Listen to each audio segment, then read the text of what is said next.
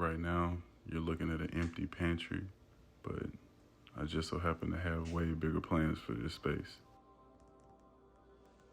Now, I would not consider myself an artist by any means. This was just me trying to get my thoughts onto a sheet of paper so that I could build it. The reason that I like to draw things out and get them out of my head onto paper is because materials are not unlimited. This is what I had to work with. And I don't mean to say that in a tone of scarcity, but more so focusing on being efficient and not using more materials than what will be needed throughout this process. For instance, there's one cabinet in this entire job, so if it were to get damaged or mishandled, that would be very detrimental to the project. So I make sure I deal with it with extra care because this is all I have to work with. And this is actually a prefabricated wall cabinet, but you'll see that there will be 2x4s placed right here after I cut out the baseboard, and that cabinet will sit atop those 2x4s, which will be placed on their side. A quick tip is that whenever you're cutting trim out of the wall or out of any space, you want to make sure you cut the paint or caulk, whatever you want to call it, but cut the line between the wall and the trim so that the paint doesn't peel straight up when you take the trim off. And right here, I'm just using my speed square to make sure I'm making a pretty straight line with my buzz saw. A buzzsaw is one of those tools that seems easy to use, but it can slip really fast and damage the paint or the floor, so you have to be extra careful. It's only 12 volts, but I make sure I hold it with 2 hands. And then another tip is marking the studs on the trim so you know where you can hammer appropriately. And if you're hammering where there are studs, you have a better chance of prying the trim away from the wall without damaging the wall. And obviously you can use a trim puller, but this is just how I learned how to do it. I don't feel like I need a trim puller. This works great.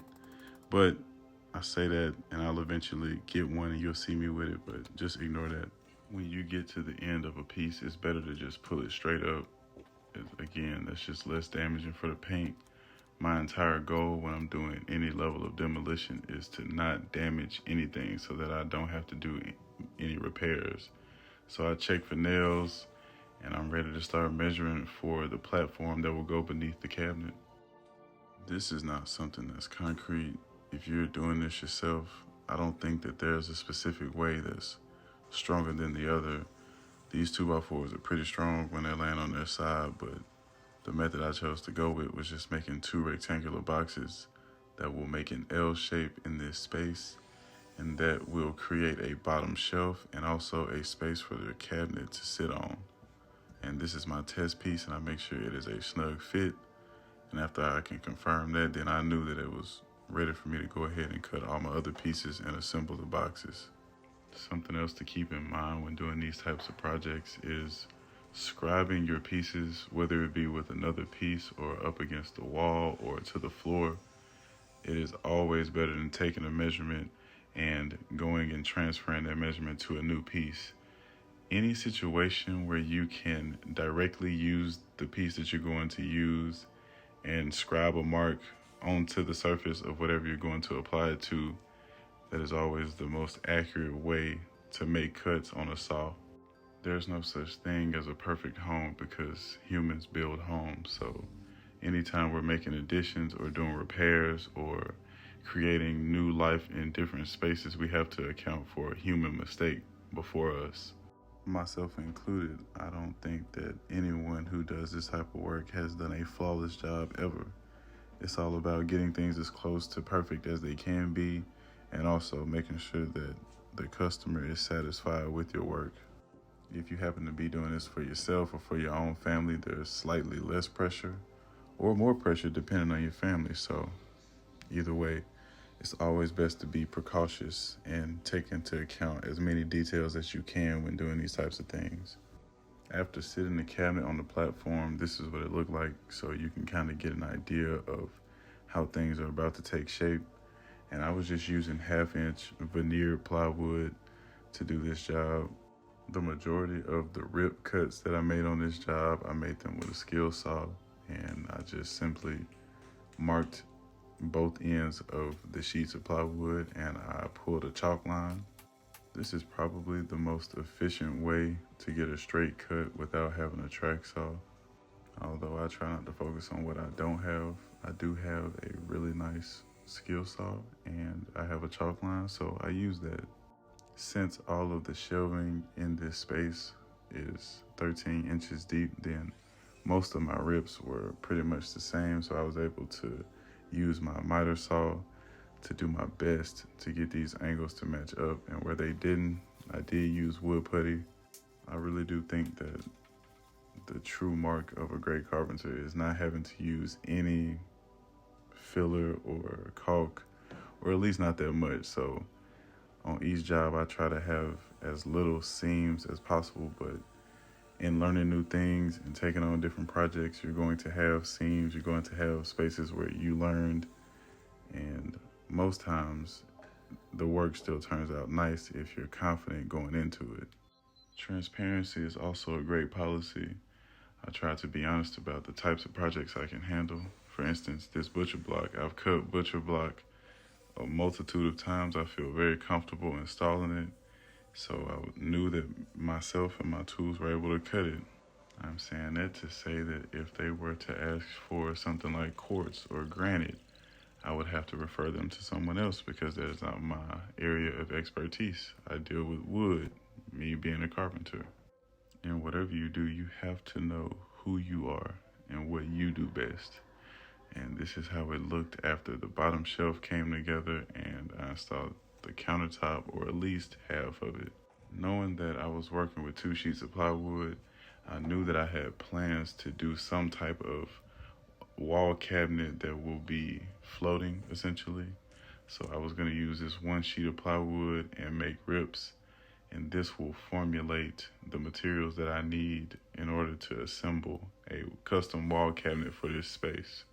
Again, I rely heavily on my skill saw, setting the depth of the blade just below the surface of the material and just letting the blade do the work.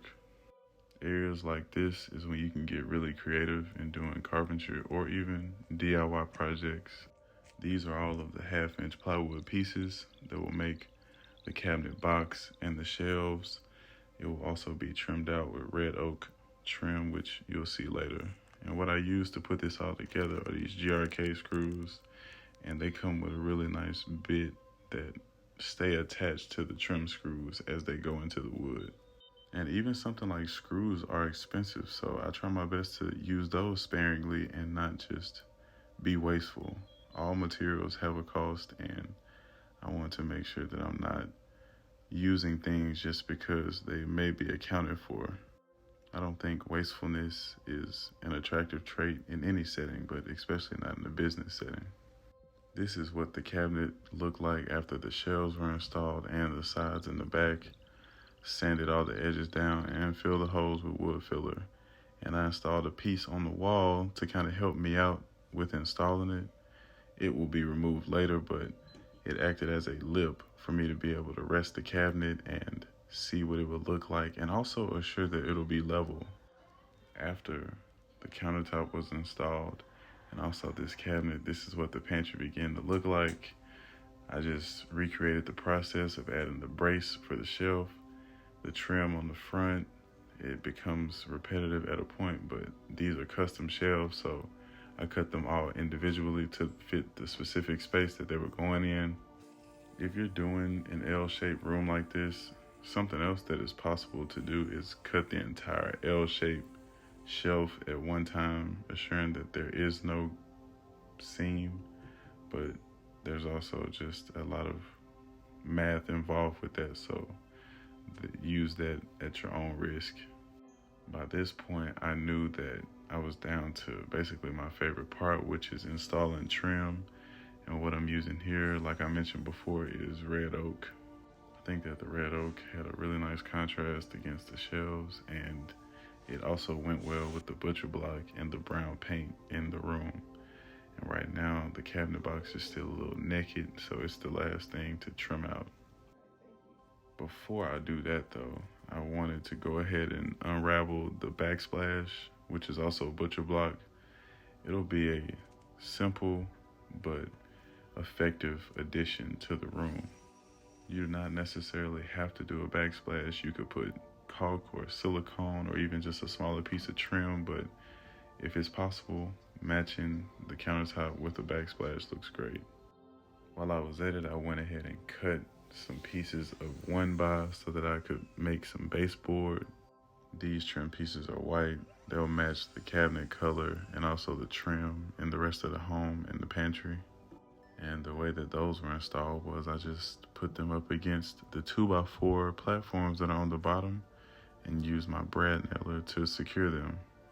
After all the trim pieces were installed to the main wall cabinet, I was able to go ahead and stain it, and things are starting to come together. I used a foam brush for the majority of staining and painting that needed to be done on this project. You could very well use a rag. You could even spray this on. You could use a brush. You just have to make sure that you use something that's comfortable for you and also in your price range and skill range. If I'm not mistaken, this color is classic oak. So this is what that looks like when it stains red oak and also butcher block. And even the shelves are stained, but they retained a lighter color. But the last thing left was to unwrap the doors, install some hardware, and basically do the finishing touches. And this is what it turned out like.